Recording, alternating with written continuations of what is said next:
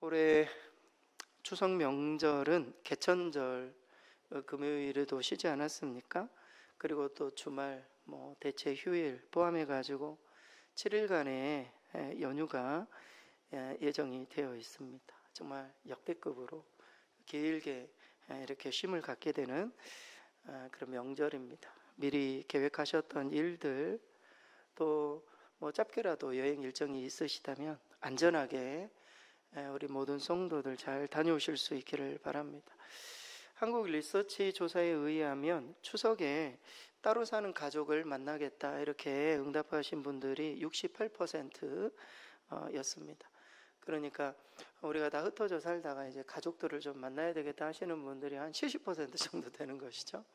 30%는 다른 일들이 있으신가 봐요. 이번 명절에는 차례나 제사를 꼭 드리겠다 계획이 있다 하신 분들은 35% 정도로 나왔습니다. 과거에는 추석하면은 제사 드리는 거잖아요.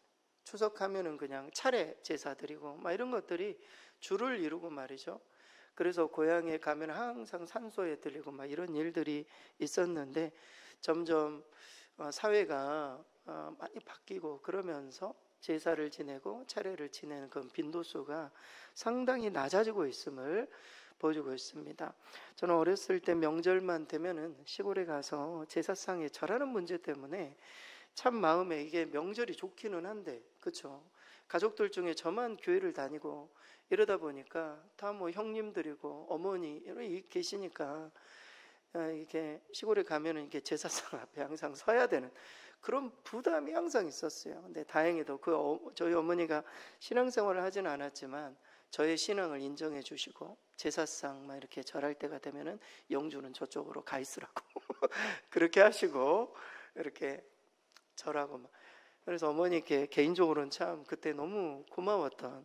근데 그 어머니가 이제 권사님이 되시고 지금 신앙생활도 하고 계시고 저도 오늘 오후에 또 어머니 뵈러 가는데요. 아무튼 추석 명절이 되면 항상 그런 과거에 어렸을 때 일들이 참 떠오릅니다. 근데 제가 그 청년 시절에 그 예수님을 믿고 명절에 이런 시기에 참 마음에 와닿았던 성경 말씀이 다니엘에 관한 말씀이었습니다. 다니엘이 바벨론 왕궁에 끌려갔을 때 왕이 주는 진수성찬을 거절하지 않았습니까? 그 이유는 단 하나였어요. 성경에 보면 그 음식이 자신을 더럽히지 않게 하려는 말이죠. 당시에 왕들이 먹는 음식이나 포도주 이런 것들이 다 제사와 관련된 당시의 우상 이런 것들이라고 물론 유대인들은 당시 이방의 모든 것들이 다 부정하다고 생각했기 때문에 하나님의 어떤 영광을 지키려는 그런 결단이 다니엘에게 있었기 때문에 왕의 진미, 포도주를 거절했다. 참으로 그 사실에 저는 청년 시절에 큰 도전이 됐었어요. 제사상 앞에 아니면은 이렇게 무덤 앞에 절을 해야 될 때 이 말씀이 저에게 큰 도전이 되었고 또 많은 어떤 마음의 결단들이 있었던 기억이 납니다. 세상은 참 맛있는 것들을 우리에게 권하고 편안한 것들을 제안하지만 다니엘은 먹는 것조차 하나님 앞에서 선택했어요. 자기가 먹는 것조차도 하나님 앞에 이게 기쁨이 될 것인가 이것을 생각하고 선택했기 때문에 그의 식탁은 세상의 즐거움보다 하나님의 영광을 위한 식탁이었음을 우리는 알 수 있습니다. 오늘 말씀처럼 31절에 유명한 말씀 아닙니까? 그런즉 너희가 먹든지 마시든지 무엇을 하든지 다 하나님의 영광을 위하여 하라. 이것이 딱 다니엘의 모습이에요. 무엇을 하든지 말이고 우리가 먹는 것, 마시는 것, 행하는 모든 것들 다 이게 하나님께 영광이 하나님이 기쁘시게 하는 일인지 이런 기준이 분명했던 이게 다니엘의 모습이자 사실 그리스도인들의 모습이 되어야 할 줄 믿습니다.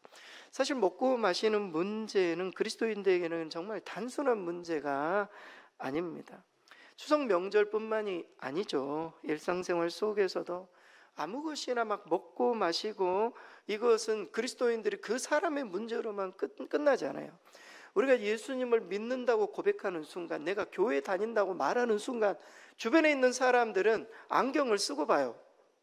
저 사람이 어떻게 행동하는지, 저 사람이 세상 사람들과 뭐가 차이가 있는지 말이죠. 이런 것들을 딱 이렇게 안경을 쓰고 본단 말이죠.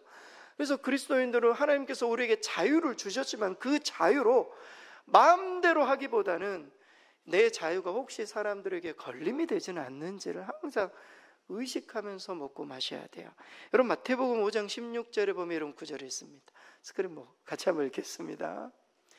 이같이 너희 빛이 사람 앞에 비치게 하여 그들로 너희 착한 행실을 보고 하늘에 계신 너희 아버지께 영광을 돌리게 하라. 여러분, 신앙생활이 힘든 이유가 이것입니다. 그저 우리가 예배만 드리고 왔다 갔다 그냥 이 정도만 하면 신앙생활이 쉬울 수 있어요. 하지만 신앙생활은 나의 행동, 다시 말해 내가 먹고 마시고 말하는 모든 것이 사람 앞에 비치기 때문에 말이죠, 신앙생활이 힘든 것입니다. 그것이 하나님께 영광이 될지, 그것이 하나님께 부담이 될지, 우리의 행동 하나하나가 사람들에게 비치기 때문입니다. 이번 추석 명절에 우리 많은 것들을 먹지 않겠습니까? 그리고 먹고 마시고 행하는 모든 일들이 하나님께 영광이 될 수 있기를 바랍니다. 여러분, 오늘 고린도전서 말씀은 꽤 유명한 내용이죠. 당시 고린도 교회는 이방 문화 그리고 다신교적인 환경 속에 세워진 도시 교회였습니다. 그리고 이 지역에는 우상에게 엄청난 제물을 바치는, 그래서 시장에 나와 있는 모든 고기는 대부분 우상에게 제물을 바치고 가져온 고기들이었어요. 그런 고기들을 먹는 것이죠. 그래서 제사에 바친 고기를 먹는 문제로 성도들 사이에 상당한 논쟁들이 있었습니다. 이 논쟁으로 인해 일부 교인들은 하나님 우리에게 자유를 주셨기 때문에 마음껏 고기를 먹어도 된다, 우상의 제물 그런 거 상관없이 먹어도 된다, 이렇게 생각하는 사람 반면에 그건 우상 숭배하고 나온 제사 제물이니 이거는 절대 먹으면 안 된다, 이 두 가지가 싸움이 있었어요. 갈등이 있었어요. 여러분, 교회 오면 어떤 사람들이 교회 왔습니까? 당시에는 힘들고 어려운 사람들이었어요. 배고픈 사람들, 이런 사람들이 와가지고 가장 먼저 뭘 찾았는가? 음식을 찾는가? 음식을. 근데 음식을 딱 먹으려고 보니 제사 음식이란 말이죠. 유대인들은 돼지고기 안 먹잖아요. 근데 이방인들은 돼지고기를 먹는단 말이에요. 가을에 제사 음식을 드리고 이렇게 배고픈 사람들은 마음대로 먹는 거예요. 그리고 또 믿음이 있는 사람은 이거 제사 음식이니까 먹어서는 안 된다, 이렇게 두 가지로 첨예한 갈등이 있었습니다. 이에 대해서 이러한 어떤 논쟁이 사도 바울에게 들려왔어요. 그래서 고린도 이 전서, 이 편지를 보내면서 그거에 대한 그러니까 해결책을 주는 거죠. 오늘 본문에 사도 바울이 23절에 이런 이야기를 합니다. 유명한 거죠. 모든 것이 가하다. 모든 것이 가하나 모든 것이 유익한 것은 아니다. 모든 것이 가하나 모든 것이 또 덕을 세우는 것은 아니다. 우리에게 하나님께서 자유를 주셔서 모든 것을 먹어도 된다. 그러나 그 모든 것이 사람들에게 덕을 끼치는 것은 아니라는 거예요. 그래서 우리가 하나님의 눈치도 봐야 되지만 믿음이 없는 사람들의 눈치도 봐야 된다는 거예요. 우리의 행동 하나하나가 어떤 사람에게는 시험거리가 될 수 있기 때문에 이런 부분들에 대해서 이야기를 합니다. 다시 말해, 신앙의 자유가 있다고 해도 다른 사람의 양심과 믿음을 해치지 않아야 된다. 이런 원칙에 대해서 사도 바울이 이야기를 해주고 있습니다. 그러면서 오늘 본문이 등장하는 거예요. 오늘 본문에 그리스도인들의 삶의 궁극적인 목적, 이것을 정리하면서 이런 결론을 내리는 거예요. 너희가 먹든지 마시든지 너희가 무엇을 하든지 이게 하나님께 영광이 되느냐, 이것이 우리의 가장 큰 원칙이다. 원칙. 그럼 우리가 살아가면서 우리가 먹을 것, 해야 될 것, 말하는 것, 행동하는 것, 이 모든 것들의 원칙은 뭡니까? 내가 말하고 행동한 이 모든 것들이 하나님이 기뻐하실 일인가? 이것이 원칙이라는 거예요. 성경에 디테일하게 말하고 있지, 그렇지 않다는 거예요. 우리의 원칙은 하나님이 기뻐하시는 일인가? 이게 하나님의 영광을 위한 일인가? 그래서 오늘 9절 이 말씀들을 좀 더 살피고 이렇게 명절을 보내는 우리들에게, 앞으로 또 남은 한 해를 보내는 우리들에게 무엇이 하나님께 영광이 되는 것인지 이 부분을 좀 살펴보고 적용하는 그런 시간을 좀 가져보도록 하겠습니다. 먼저 사도 바울은 너희가 무엇을 먹든지 하나님의 영광을 위해 먹으라, 이렇게 권해주고 있습니다. 추석 명절뿐만이 아니라 우리 일상의 식탁 속에서도 하나님의 영광이 드러나기를 권면합니다. 오늘 본문의 31절, 32절 두 구절 우리 스크린 같이 한번 읽겠습니다. 그런즉 너희가 먹든지 마시든지 무엇을 하든지 다 하나님의 영광을 위하여 하라. 유대인에게나 헬라인에게나 하나님의 교회나 거치는 자가 되지 말고. 아멘. 오늘 본문에 보면은 먹든지 말하고 있어요. 먹든지. 사도 바울은 고린도 교회가 음식의 문제, 앞서 소개해드렸 우상에게 바친 제물로 갈등이 있었던 이 다툼이 있었던 그런 상황을 고려하면서 단순히 우리가 무엇을 먹느냐 이것보다는 어떤 마음으로 먹느냐, 이것을 아주 중요하게 가르쳐주고 있습니다. 다시 말해 우상의 제물을 먹을 때 그것을 먹는 자유가 너희들에게 목적이 되어서는 안 되고, 이 먹는 것 자체가 하나님께 기쁨이 되느냐, 하나님께 영광이 되느냐, 이 부분을 고려해야 한다라는 것입니다. 다시 말해 인간적인 자유보다 하나님의 영광이 최우선이다.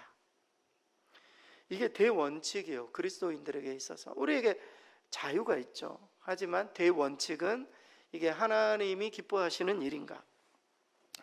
신앙적인 선택과 행동의 궁극적인 기준은 하나님이 기뻐하시는가? 그러면서 바울은 32절에 유대인에게나 헬라인에게나 하나님의 교회나 거치는 자가 되지 말라, 이렇게 말하고 있어요. 거치는 자, 걸림돌이 되는 행동을 말해요.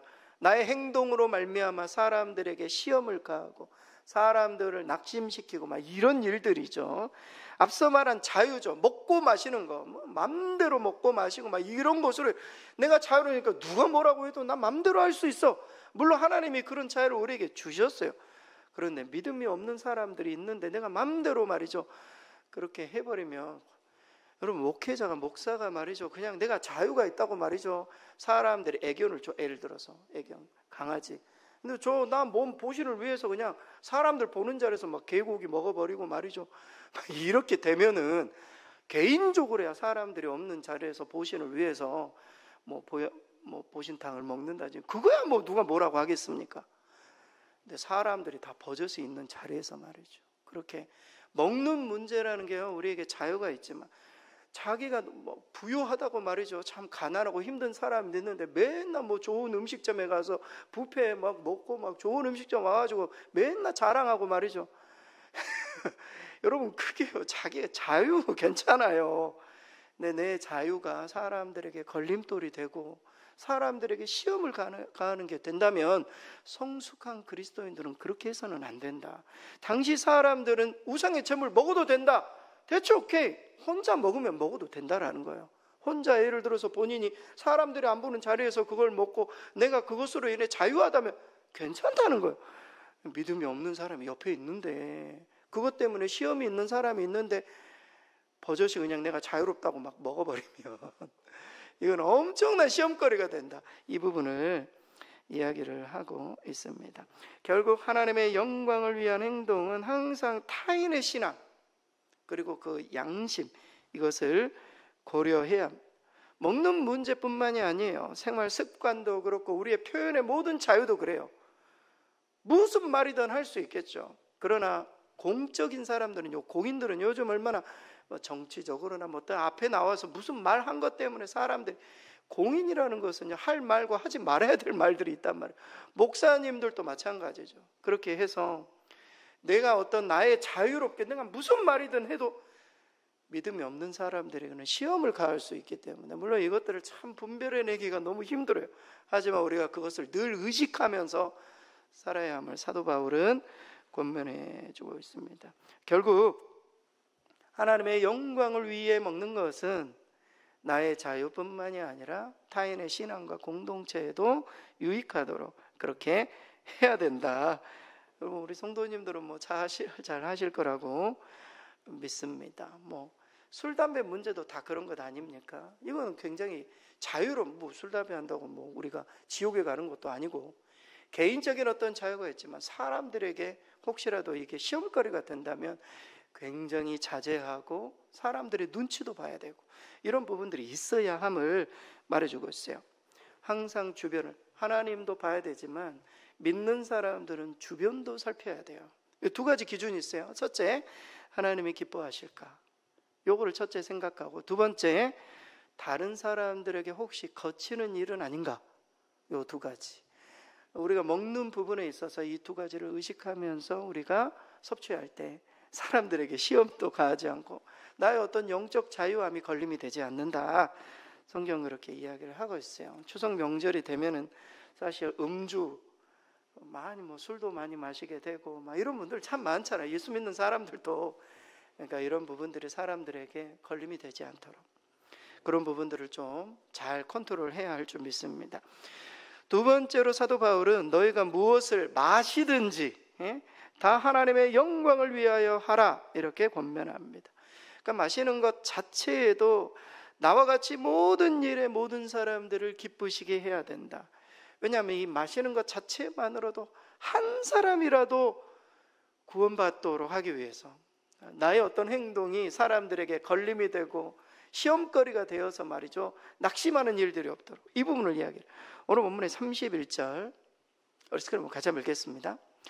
그런즉 너희가 먹든지 마시든지 무엇을 하든지 다 하나님의 영광을 위하여 하라. 33절 스크린 같이 한번 읽겠습니다. 나와 같이 모든 일에 모든 사람을 기쁘게 하여 그들로 구원을 받게 하라.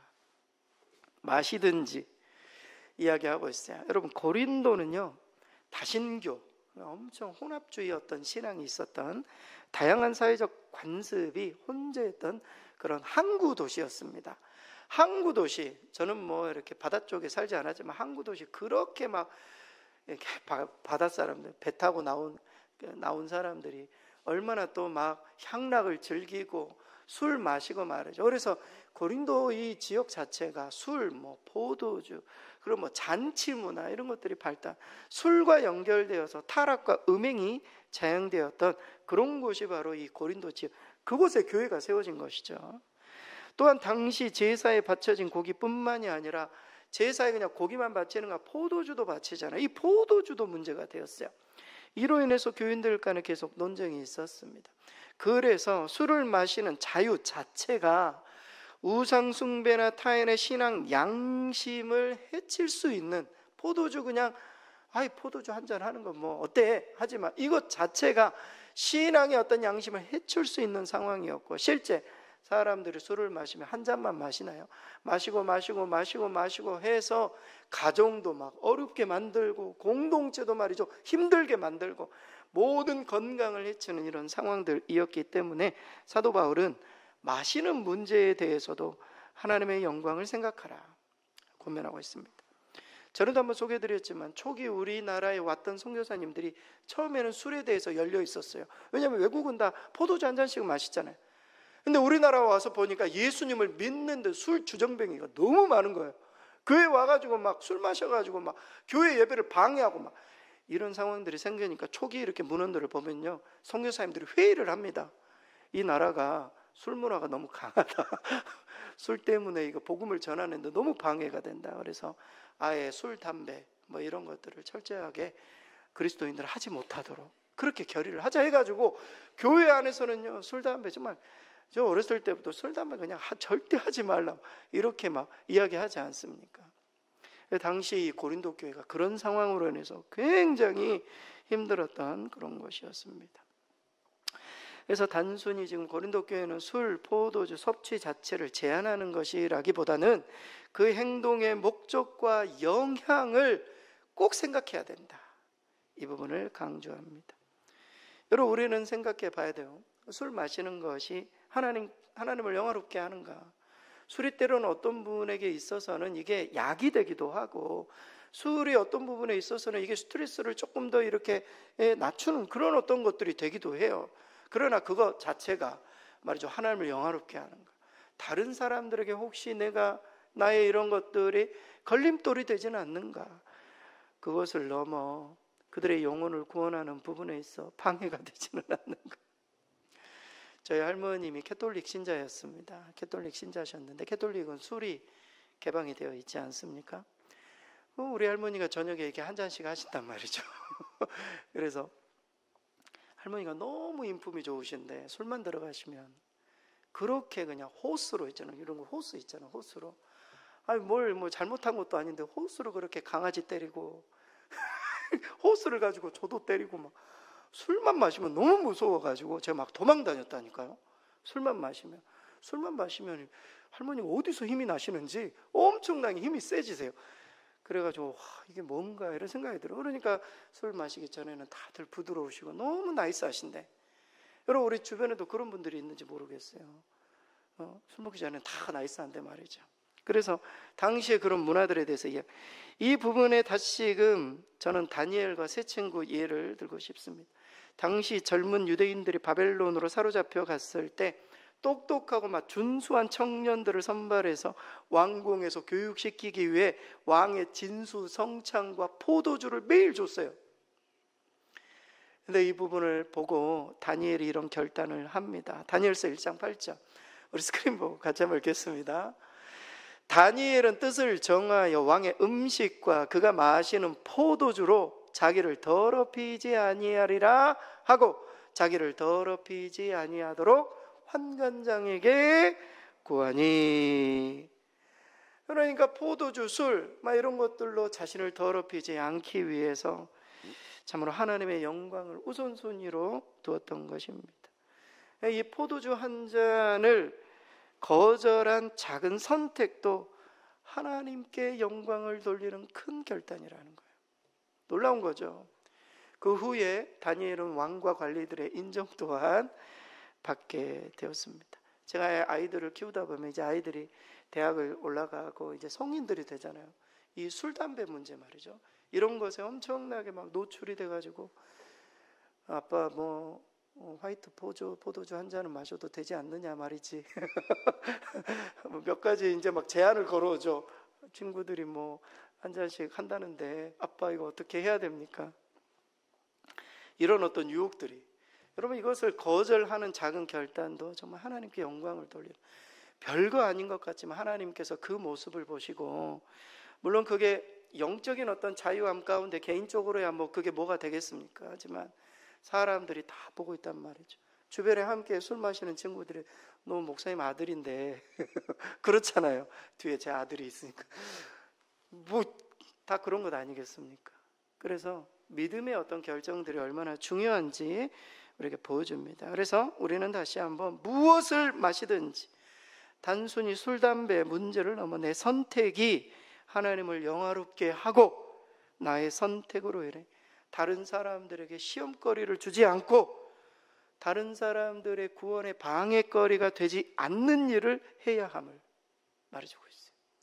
음주를 넘어서서 담배도 그렇죠, 마약도 그렇죠. 여러분 젊은 아이들 가운데 말이죠, 홍대나 강남이나 막 이런데 보이지 않는 이 말이죠, 이 음지에서 말이죠, 마약 하는 애들이 있고, 에너지 음료도 과다 섭취하면요 사람이 삥 돌잖아요.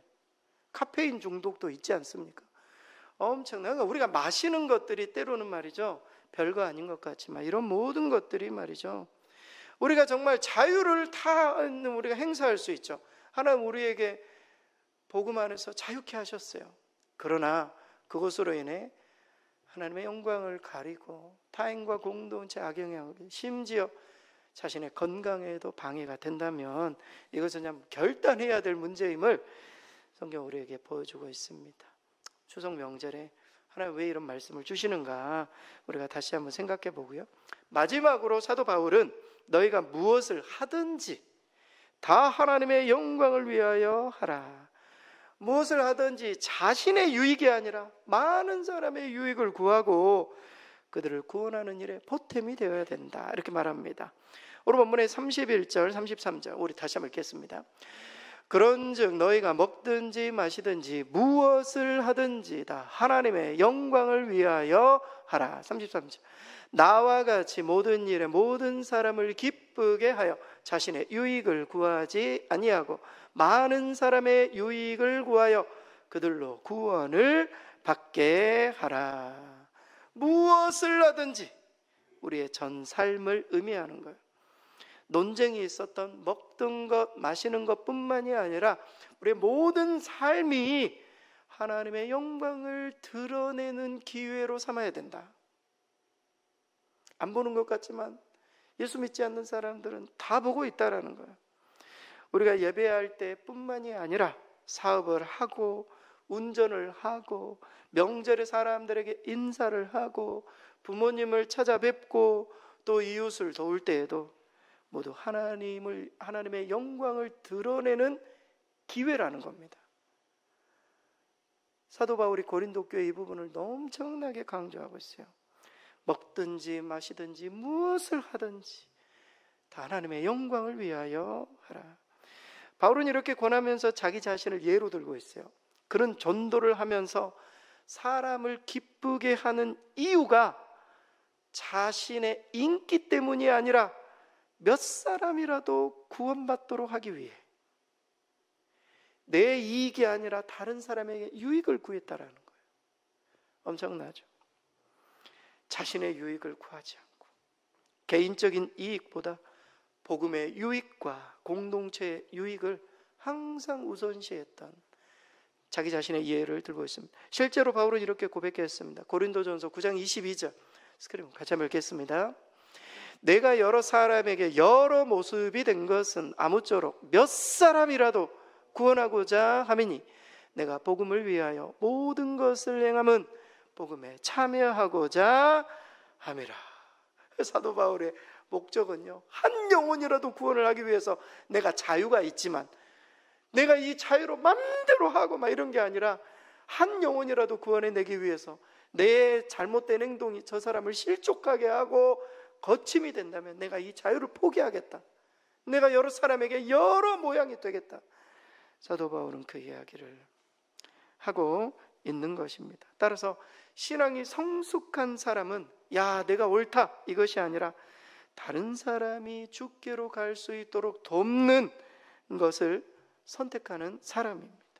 무엇인가를 선택할 때 내 유익이 아니라 공동체의 유익, 다른 사람들에게 유익을 끼치는 그런 행동을 하는 사람, 이런 사람들이 바로 성숙한 사람인 것입니다. 따라서 이번 추석 명절뿐만이 아니라 우리의 삶에 무엇인가를 선택할 때 이제 세 가지 제안을 드립니다. 첫째, 하나님이 기뻐하시는 것인가? 두 번째, 나의 행동이 혹시 믿음이 연약한 자를 배려하고 있는가? 세 번째, 내 말과 행동이 다른 사람을 구원에 이르도록 하는 그런 유익이 있는가? 이 세 가지. 사도 바울이 오늘 이 말씀을 통해서 우리에게 크나큰 그리스도인의 어떤 말과 마시는 것, 행동, 모든 삶에 있어서 원칙이 무엇인지 우리에게 보여주고 있습니다. 이야기를 하나 하고 마치겠습니다. 교회를 다니는 한 청년이 회사를 다니면서 단순히 업무만 처리하는 것이 아니라 세 가지를 했다고 합니다. 첫째, 동료의 고민을 들어주고, 누가 힘들다고 하면 그것을 계속 들어줬다는 거예요. 일만 한 게 아니라. 두 번째, 실수를 하잖아요, 동료들이. 그러면 사람들은 막 비난해도 그렇지 않고 그 사람을 격려하고 도와주고 이런 역할을 했다라는 거예요. 그러니까 본인이 하나님께서 그 회사에 보내신 그 목적을 본인이 알았던 거죠. 세 번째는 하나님의 원칙, 하나님을 기준으로 삼아서 정직하게 보고하고 정직하게 행하고 세 가지를 꾸준하게 했다고 합니다. 그로부터 몇 년 후에 동료들은 그의 성실함과 그의 배려와 어려웠을 때 도와준 그의 모든 것들을 기억하고 그가 그리스도인이라는 것을 알고 교회에 관심을 갖게 되었고, 그 중에 몇몇 사람들은 교회도 초대를 받아 신앙생활을 했다라는 간증입니다. 사랑하는 성도 여러분, 추석 명절 남은 한 해에 먹든지 마시든지 우리가 무엇을 하든지 다 하나님의 영광을 위하여 하기를 바랍니다. 하나님이 영광 받으시면 우리 역시 하나님의 축복을 반드시 경험하게 될 것입니다. 이번 명절 안전하게 잘 다녀오시고 하나님 앞에 기쁨이 되는 명절이 되고 남은 한 해 되실 수 있기를 바랍니다.